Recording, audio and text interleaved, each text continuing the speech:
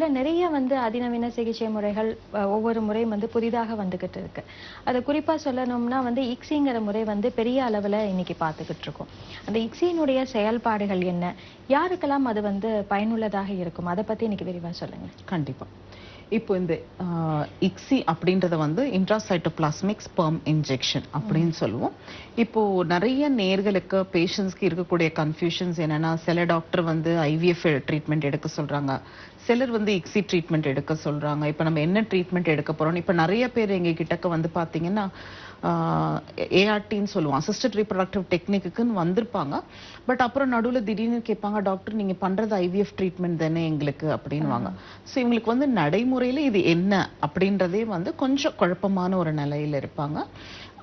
IVF ICSI ரெண்டுமே வந்து பார்த்தோம்னா நம்மளுக்கு ரிசல்ட் ஒன்று தான். ரெண்டுமே வந்து செயற்கை மூலயமா வந்து கருதரிக்க வைக்கிறது. அதாவது நம்மளோட இந்த ஐவிஎஃப் லேப்ஸில் வந்து பெண்ணோட கருமுட்டையை எடுத்து ஆணோட உயிரணுக்களோட சேர்த்து கருவாக்குறது தான் இந்த செயற்கையா உருவாக்குற நம்ம கருக்குழாய் குழந்தைகள்.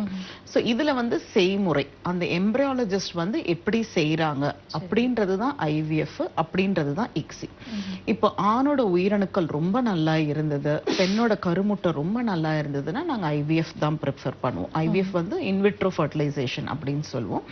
இதுல வந்து என்ன பண்ணுவோம்னா ஒரு டிஷ்லயும் வந்து பெண்ணோட கருமுட்டை பையில இருந்து எடுத்த கருமுட்டையை விட்டுட்டு ஒரு கருமுட்டையையும் சுத்தி குறைந்தது ஒரு 20,000 ஆணோட உயிரணுக்களை விட்டு அப்படியே நாங்க இன்குபேட்டர்ல வச்சுட்டு வந்துருவோம்.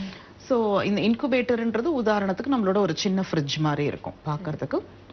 இதை 18 மணி நேரம் கழிச்சு நாங்க எடுத்து பார்க்கும்போது இதுல எது கருவா மாறி இருக்கு அப்படின்றது எங்களுக்கு தெரியும். இது வந்து உடல்ல நடக்கக்கூடிய ஒரு நேச்சுரல் ஃபர்டிலைசேஷன் மாதிரி தான். இயற்கையிலேயே எப்படி வந்து கருதரிக்குதோ அதே மாதிரி அந்த கருமுட்டைக்குள்ளார ரொம்ப நல்ல உயிரணுக்கள் எதுவோ அது வந்து ஒரு துவாரம் போட்டு உள்ளுக்குள்ளார போய் இது வந்து கருவா மாறும். இப்போ ஒரு சிலருக்கு பாத்தீங்கன்னா காரணமே இல்லாம கருதரிச்சிருக்காது. நம்மளுக்கே பாத்தீங்கன்னா பல வாரங்களா பல நேயர்கள் ஃபோன் பண்ணி எனக்கு எந்த ஒரு பிரச்சனையுமே இல்லை ஆனா கருதரிக்கல அப்படின்வாங்க. ஸோ அப்படிப்பட்டவங்களுக்கு வந்து ஃபர்டிலைசேஷன் ப்ராப்ளம் இருக்கலாம். ஃபர்டிலைசேஷன் ப்ராப்ளம் அப்படின்னா என்னன்னு பார்த்தோம்னா இந்த ஆணோட உயிரணுக்களும் பெண்ணோட கருமுட்டையும் ஒண்ணு கூட முடியாது, ஒண்ணு கூடி கருவா மாறாத ஒரு நிலைமை இருக்கலாம். இது வந்து நடைமுறையில ஏன் அப்படின்னு பார்த்தோம்னா ஒரு சில பெண்களோட கருமுட்டைக்கு இயற்கையாவே வந்து வெளியில ஜோனான்னு சொல்லுவோம், அது ரொம்ப திக்கா இருக்கலாம். ஸோ இப்போ உதாரணத்துக்கு நம்ம ஒரு கடையில இருந்து ஒரு முட்டை வாங்கும்போது பாத்தீங்கன்னா ஒரு சில முட்டைகள் ஒரு தட்டு தட்டின உடனே அந்த ஷெல் பிரேக் ஆயிடும். பட் ஒரு சில முட்டையோட ஷெல் வந்து ரொம்ப ஹார்டா இருக்கும், 2-3 வாட்டி நம்ம வந்து அது தட்டின பிறகு தான் உடையும்.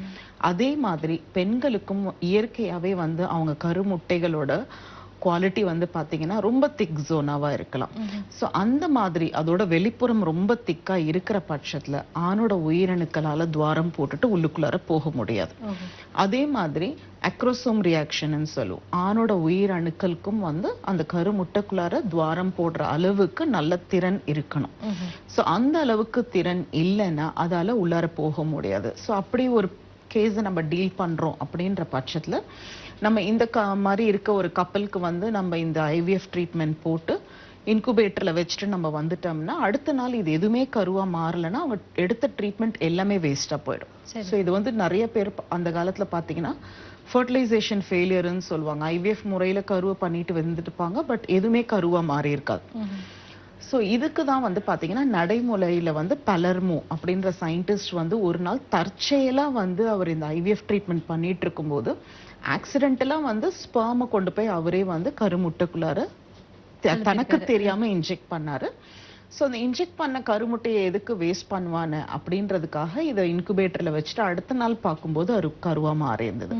ஸோ அவர் ஆக்சிடென்டலா பண்ண ஒரு ப்ரொசீஜரையே வந்து இப்போ நாங்க இந்த மாதிரி ஃபர்டிலைசேஷன் ஃபெயிலியர் இருக்கலாம், உயிரணுக்கள் குறைபாடு இருக்கலாம் அப்படின்ற தம்பதியருக்கு இக்ஸின்ற செயல்முறையில செஞ்சிட்டு வரோம். ஸோ இந்த செயற்கையான செயல்முறையில நாங்க என்ன பண்றோம்னா ஒரு கருமுட்டைக்கும் இருக்கக்கூடிய நல்ல திறனான உயிரணுக்களை எடுத்து ஒரு சின்ன ஊசி பிப்பெட் மூலியமா போய் அந்த கருமுட்டைக்குள்ளார துவாரம் போட்டு கொண்டு போய் நடுவுல செலுத்திட்டு வந்துட்டோம்.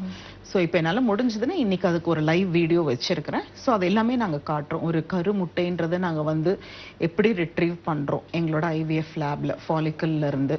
ஒரு கருமுட்டைன்றது உதாரணமா பார்க்கிறதுக்கு எப்படி இருக்கும், ஆணோட உயிரணுக்களை வந்து அது வந்து பாத்தீங்கன்னா அதை ஹோல்ட் பண்றதே ரொம்ப கஷ்டம். நம்ம பிப்பட் எங்க எடுத்துட்டு போறதுக்குள்ளார பாத்தீங்கன்னா உயிரணுக்கள் போய் இன்னும் கொஞ்சம் தூரம் ஓடி போய் நிற்கும். ஸோ ஃபர்ஸ்ட் எடுத்த உடனே அந்த ஆணோட உயிரணுக்களோட டெய்லை இமோபிலைஸ் பண்ணும். ஸோ அது மூமெண்ட்டை ஸ்டாப் பண்றதுக்காக டெய்லை கட் பண்ண பிறகுதான் அதை வந்து ஹோல்ட் பண்ணவே முடியும். ஸோ அந்த ஸ்பெர்ம் ஹோல்டிங் டெக்னிக் எப்படி இந்த இக்ஸின்ற ட்ரீட்மெண்ட்ல வந்து எப்படி நம்ம கொண்டு போய் ஆணோட உயிரணுக்களை உள்ளார செலுத்துறோன்றது இன்னைக்கு நம்மளுக்கு டைம் பர்மிட் பண்ணுச்சுன்னா அந்த வீடியோ